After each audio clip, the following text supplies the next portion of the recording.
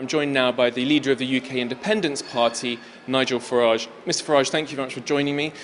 You've just given a speech next door where you discussed the voice of business. Are you the voice of business? I was being sarcastic. I was making the point that I got involved in politics initially back in 1990 when the voice of business, apparently, according to the BBC and the newspapers, was that we should join the exchange rate mechanism. And I thought, well, hang on, the people I talk to aren't saying this. And then a few years went on and we were told the voice of business says Britain must join the euro.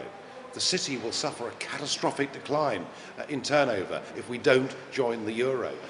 We're now being told that membership of the European Union is absolutely vital for Britain, and the voice of business says we must stay members at all costs. The impression we're given that it is absolutely overwhelming that the captains of industry want to stay part of the EU is not true. I'd say out there it's about 50-50. Now, you mentioned Europe, you've mentioned polls, so let's talk about elections. Do you think Ukip is going to be the most successful party in the May European elections? I mean, look, nobody, we're 2 months away still from this poll. Nobody can predict what will happen. All sorts of good things and bad things can happen to parties and people. One thing the British people do agree on in very big numbers, that is 77% of the British people do not want an open-door immigration policy to southern and eastern Europe, which does not only have control on numbers, but doesn't have quality control either. Well, let's move more domestically. With general elections coming up next year, are there any circumstances that you can see where you would sign a non-aggression pact with Conservatives in certain seats? Well, ahead of the election, I would have thought all the while David Cameron is leader of the Conservative Party, that was pretty much impossible. I mean, he is so unpleasant and nasty about our very existence that it's impossible to think that we could sit down and have a cup of tea with him and discuss that.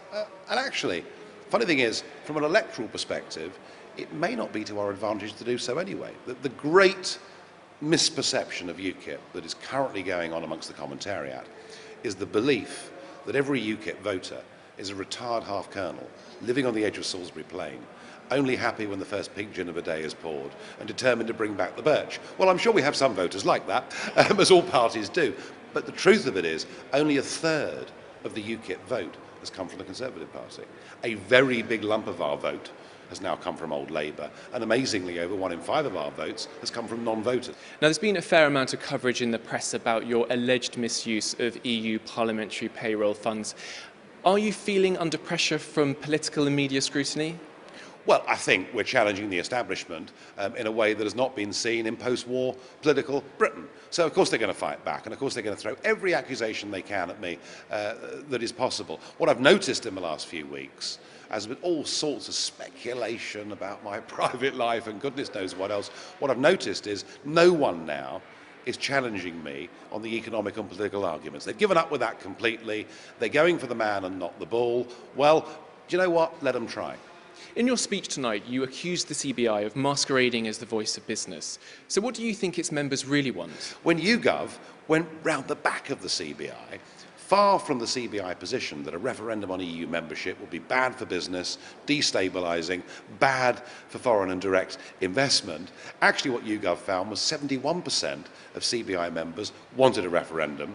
And when it came to membership of the single market, either being good for business or being a cost too great to want to go on paying, their members were fairly evenly divided. So I do not think the CBI, with this clear view you hear from them the whole time, 12 years ago we must join the euro, now we must stay in the EU at all costs, far from being not just the voice of business, they're not even properly representing their own members.